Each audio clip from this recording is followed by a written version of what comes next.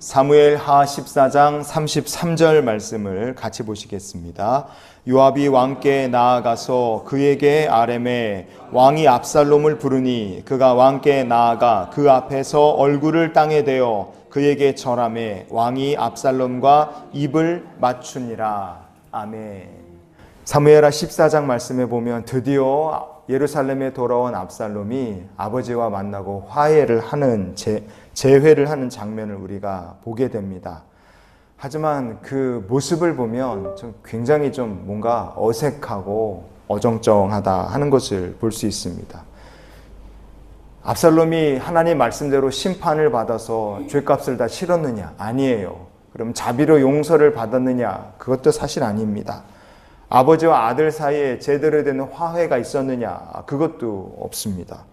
탕자의 비유 그 말씀을 보면 아버지와 아들이 다시 만나는 모습을 보잖아요. 그 탕자의 아들 비유와 비교해 보면 다윗과 압살롬이 만나는 장면은 정말 많이 이상하고 어색합니다. 누가복음 15장에 탕자의 비유가 있잖아요. 아들이 돌아오는데 아직도 거리가 먼데 아버지가 달려나가서 돌아온 탕자를 끌어안고 입을 맞춥니다. 그러면 그것은 아들을 향한 아버지의 사랑이 그만큼 크다는 것을 우리가 볼 수 있죠.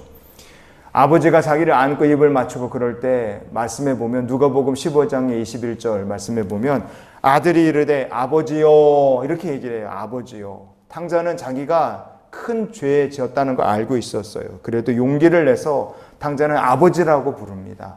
그 아버지라고 부르고 돌아온 탕자가 그렇게 왔을 때 아버지는 집안 식구들 다 들으라고 이렇게 사람들에게 얘기를 해요.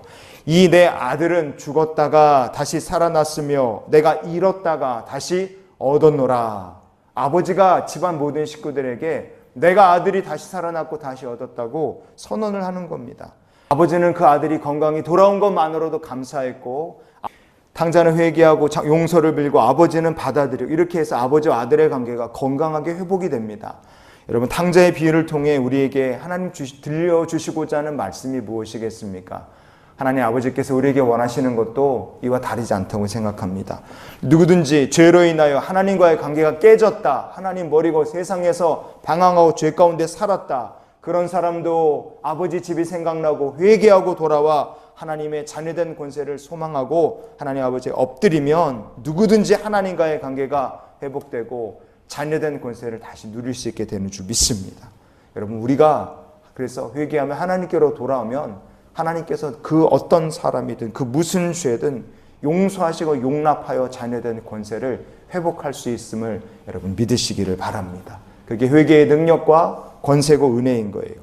근데 압살롬과 다윗이 만나는 장면을 보면 이게 5년 만에 만나는 거예요. 형 죽이고 3년 동안 도망가 있었죠. 예루살렘 돌아왔지만 2년 동안 아버지가 얼굴 만나주지 않았어요. 5년 만에 다시 만나는 겁니다.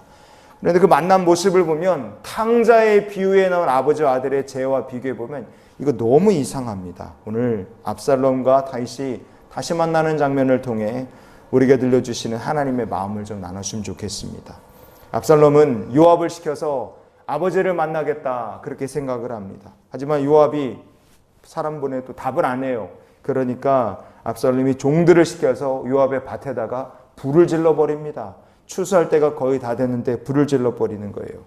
자기 원하는 것을 이루기 위해서라면 원한다면 남의 밭에 불이라도 지르는 걸 보면 이 압살롬이라는 사람이 겉모습은 잘생기고 아름다운 모습일지 모르지만 내면은 상당히 추악한 사람이었다는 것을 우리가 이런 데서도 볼 수 있습니다.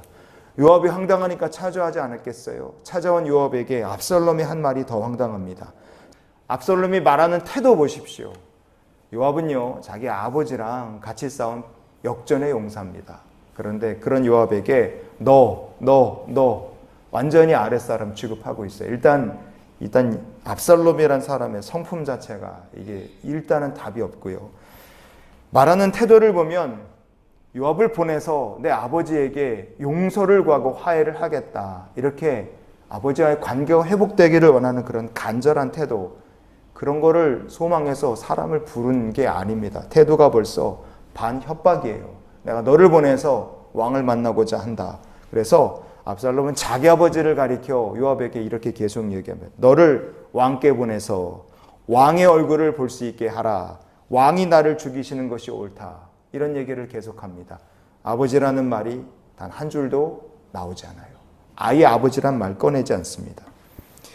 즉 이 압살롬이란 사람의 마음속에는 형을 죽이고 도망친 자기 때문에 괴로워하고 오죽하면 2년 동안이나 아들을 보고 싶지만 율법의 하나님의 말씀을 어길 수는 없기 때문에 아들을 안 보는 걸 선택한 아버지의 괴로움에 대해서 눈꽃만큼도 생각하는 마음이 압살롬에겐 없습니다. 대신에 집요하게 왕을 만나게 해달라고 요압을 압박하는 거예요. 왜 그럴까? 자기가 형을 죽인 것 때문에 지금 자기가 아무것도 못하고 있거든요. 예루살렘에 돌아온 데 2년 동안 아무것도 못하고 있는데, 그래서 내가 왕을 만나서 이 곤란스러운 이 형편, 이 상황을 내가 스스로 타개하겠다. 이거 정리하겠다. 그겁니다. 내 죄를 사면받는 일은 내가 직접 알아서 할 테니까 왕을 만나게 해달라. 자리 마련하라. 이렇게 교만한 태도가 압살롬의 마음에 있었습니다. 결국에 압살롬은요, 요압을 불러서 용서의 자리가 아니라 왕과의 협상의 자리를 마련하라. 그렇게 불러 제낀 거예요. 그렇게 성사된 압살롬과 다윗의 만남을 오늘 본문은 이렇게 얘기를 합니다. 왕 앞에 엎드렸고 입 맞췄다. 항복한 겁니다. 그냥 압살롬이 항복한 거예요. 뭘 위해서요? 자신의 죄를 사면받기 위해서 왕 앞에 엎드린 거예요. 그렇게 해서 사면을 받았잖아요. 그 다음 바로 이어지는 사무엘하 15장은 무엇을 얘기하느냐? 압살롬이 반역하다. 이렇게 나가요. 결국 그는 왕을 만나, 그게 아버지인 것 뿐이에요. 왕을 만나 자신의 살인죄를 정치적으로 타협보려고 했고 사면을 받은 다음에 그가 한 일은 반란을 준비하며 산 것이었어요. 압살롬이란 사람이 외모는 잘생기고 겉모습은 아름다웠을지 모르지만 그의 속사람은 이렇게 추악했고 끝까지 죄악 가운데 살았다는 것을 우리가 봅니다. 다윗과 압살롬의 다시 재회하는 모습 속에서 이렇게 사는 것은 하나님께 복받지 못할 일이구나 하는 것을 우리가 깨달았다면 우리가 이런 기도로 오늘 한날의 삶을 살았으면 좋겠어요. 하나님, 오늘도 당자처럼 곧 회개하는 마음으로 주께 나아가는 하루가 되게 해 주시옵소서.